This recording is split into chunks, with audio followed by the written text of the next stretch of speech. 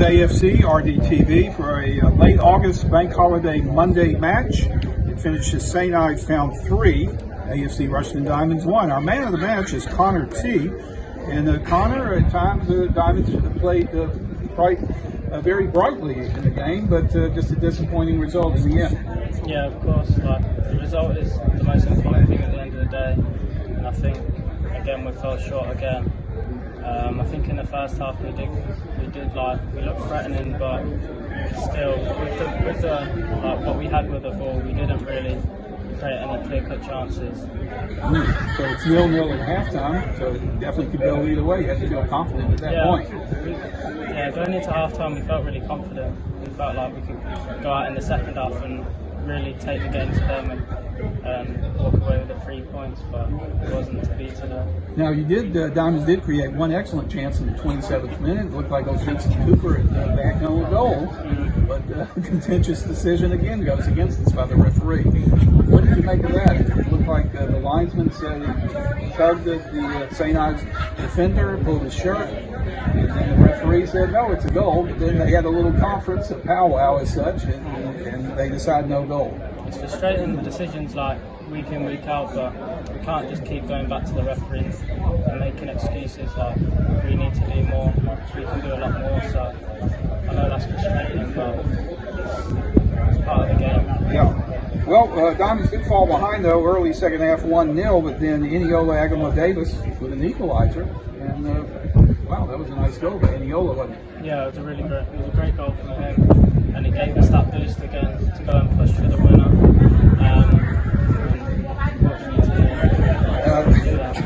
I mean, where can you pinpoint the difference in the last, say, 15 minutes of the match? It seemed like maybe defensively we gave them too much space. Yeah, it's just yeah, like the gaffer said, it's in between each penalty box, attacking and defending.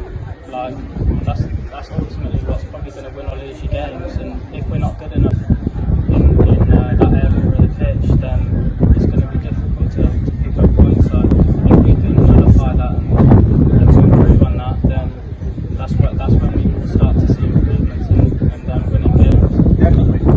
Well, we're definitely glad to have you with AFC Rushden Diamonds. You came to Diamonds from South Shields, right? That's up in northern England. Have you missed the north, or you're more of an East Midlands type guy, right? Yeah, no, I like it back at home in the East. Yeah, you originally from Northampton. Yeah, I'm from Northampton. Did you support the Cobblers back in the day, early on, or not really? No, I can't say I really followed them growing up. Yeah, but you're from Northampton originally. Yeah. Well, thank goodness this month of August is now done and dusted, and hopefully things will be on the upward swing in September, starting with an FA Cup match. First qualifying round at Enfield FC. Yeah. I would think we'll be the favorite in that game because they're 2 divisions below us. So, Definitely. Early thoughts about Enfield FC. They don't have a very creative nickname though. They're the E's. Yeah. No, we need to go and take the game to them. Really go for it and just be positive. It's a break from the league, I suppose. Yeah. So it's a competition that we can really look to push for. And, very good. We're going to win there and hopefully then press on in the league. Exactly. All right. Thanks, Connor, for your time. Thank you very much. Cheers. AFCRDTV, we're here at Westwood Road after today's defeat to St Ives Town, and I'm joined by Diamonds manager Andy Burgess. Well, Andy, it's a disappointing day, more because we played really good stuff, but unfortunately games are decided in both boxes, and unfortunately that's how it's ended up today. Yeah, players good stuff if you want, and players nice. But as you say, Jack, it's all about what happens in both penalty areas, and we weren't good enough in both penalty areas, apart from the goal we scored. We haven't done enough at the top end of the pitch. The goals that we've conceded are far too easy. Obviously, I haven't seen them back, but you get back to 1-1 and you're sort of in the ascendancy and thinking you're going to go on and kick on now and then. It's so easy, the goal. It's someone at the edge of the box. I think the first block has been thrown in, and then you expect 2, 3, 4 bodies flying out at him, and he's just got a shot. So, as you say, goals change games, and we haven't done well enough at both ends of the pitch today. You look at the goals that they've scored. What would you put those down to? Because for the large part, we defended pretty well. Do you think it's just pure lapses in concentration, or is it perhaps a little bit more detailed than that? Possibly. I thought first half we defended. I said at half time, the recovery runs were good. They had one or two chances, and one's gone over Paddy's head, and Sneds has made a save. But in general, I thought first half we defended really well. And then it's just whether it's just having that mentality to emergency defend and throw bodies on the line. Again, we'll have to look at it, but the 3 goals. Or the first 2 goals have come from the right hand side, or our right hand side, and certainly the second one's far too easy. The first one seemed to go through 2 or 3 bodies and sneak in, and then the third one's just a lack of concentration, I think, from Evan, and they've got the third. We obviously had that moment in the first half at 0-0 when Jensen's gone through and scored the goal, which was disallowed. And I don't want to linger on this for too long, because I know you don't like talking about referees, but it was a really, really strange situation, because the referee initially allowed the goal. He's, for whatever reason, not taken the authority over his official. The linesman flagging in a very strange way, then putting it down, then back up, then back down again. There just seemed to be like a real lack of control there, and ultimately they've succumbed to the crowd, and they've succumbed to the home players, it seems. Yeah, who knows? I don't know how they've come to that decision, how they've come to that conclusion. They have.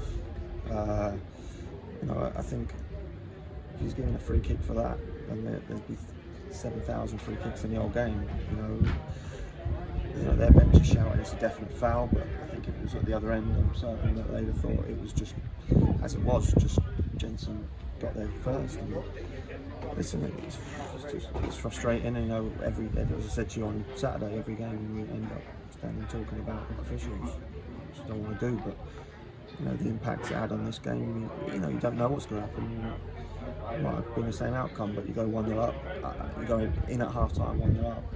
It compounds a really good first half, I thought. So, it's frustrating, but it is what it is. We came in at 0-0, and despite the fact that we didn't get that goal, there were a lot of real positive signs. Some of the intricate football and the movement between the thirds, it was really, really good.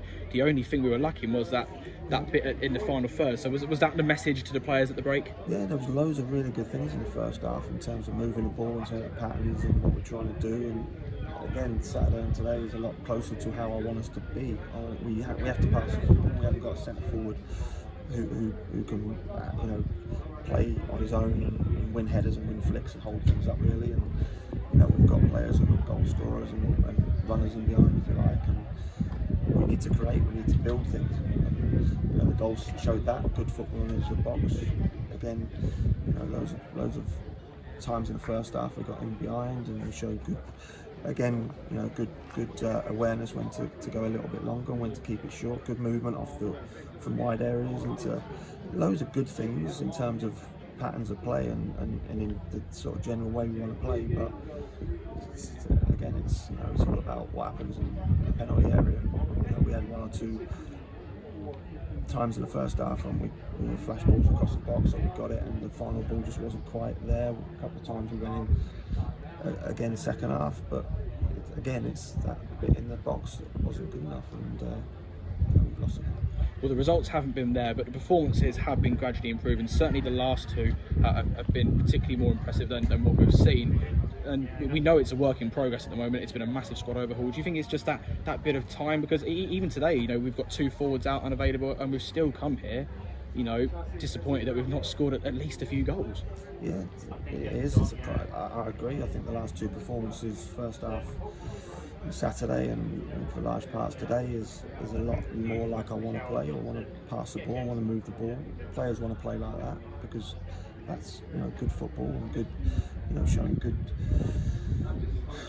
entertainment. I think it's entertaining. It's good to watch. But again, scoring goals is the most entertaining thing, the most important thing. So we need that end bit.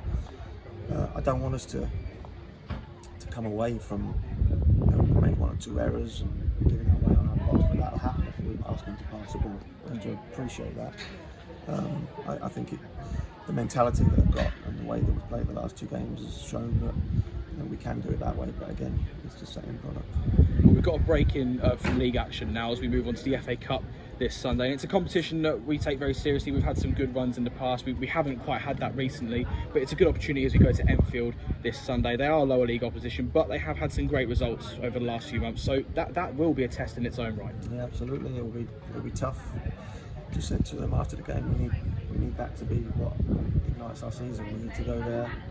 We need to put in a performance, put in get a result. That's the most important thing, and make sure that that's something that kickstarts the season. And it'll be tough. It'll be really tough. I've no doubt about that. But we'll prepare like we have done every game. And as I say, we have to go there and try and get a result. Well, thanks for your time, Andy. We appreciate you coming to speak to us. No problem. Thank you. I don't need love.